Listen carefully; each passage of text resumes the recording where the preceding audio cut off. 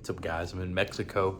Had to jump on here and tell you about a conversation I had yesterday with a mentor of mine. This man's probably worth, I don't know, in the neighborhood of $10 million, $20 million. I'm not sure. He owns property all over the United States, trying to get these curtains open. They're giving me issues. There we go. Look at that. Better lighting. Give you a view of my room. It's beautiful. It's gorgeous. Got a little cool porch swing right here, a little hangout area. Anyway, I was talking to this mentor, and I always try to ask questions that I'm curious about. You know, you listen to podcasts of wealthy people, and they always have these secrets and everything. And I asked him, I said, Patrick, what was the exact question? I said, Patrick, was there a time when maybe you weren't wealthy, maybe you didn't have a lot, you weren't successful, not just monetarily, but in other areas of your life? Was there a shift that you made? Was there a mindset shift that had to happen in order for you to become successful?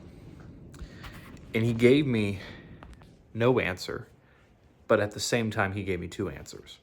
Let me explain. What he said to me was, Thomas, I need to think about that. That's a difficult question. I need to think about that, and I'll get back to you on that. But what I realized is, first of all, the successful people, they don't make stuff up on the fly. And if they don't know the answer, they tell you, I'm going to think about it. I'm going to get back to you on that. You see, Patrick knew that this was a really important question. Patrick knew that this was something that I really, really wanted to know, and he didn't want to make up something. He wanted to give me an answer that would be true and that would actually help me.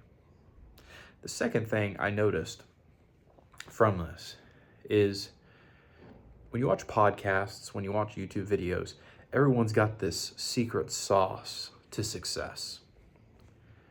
And yet Patrick didn't have a secret sauce on tap. He didn't have something that he was just, this is the answer. Yet he's become extremely successful. But if you watch him, and I've watched him and I'm attempting to model him in my life, if you watch him, what you'll see is someone who is always moving. He's always making phone calls. He's always making sales. Every person he meets, when he pulls up in his Rolls Royce to church, he's talking about the Rolls Royce and he's talking about what he does. He never misses an opportunity to share about his life and about his success and about what he does. And what stuck out to me was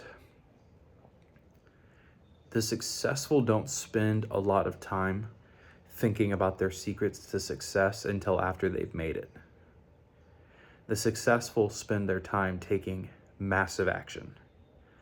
And that massive action leads to massive successes. It also leads to a lot more failure, but they fail extremely fast and then move on to the next until they succeed. They have a mindset that says, I'm never going to quit. I'm going to keep going until I make it.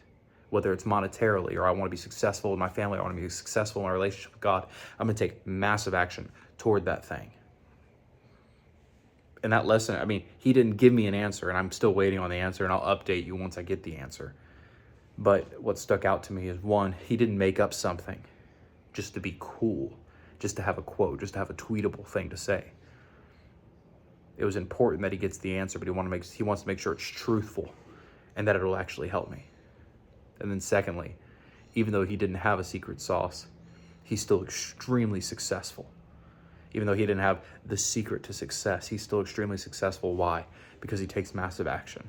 And in 2026, and whatever year you're watching this, today, take massive action toward the goals that you have and be honest about your goals. What does God really have for you in your heart? And once you know that, take action, because success is on the other side of that uncomfortable, massive action. Be blessed. Happy New Year from Mexico.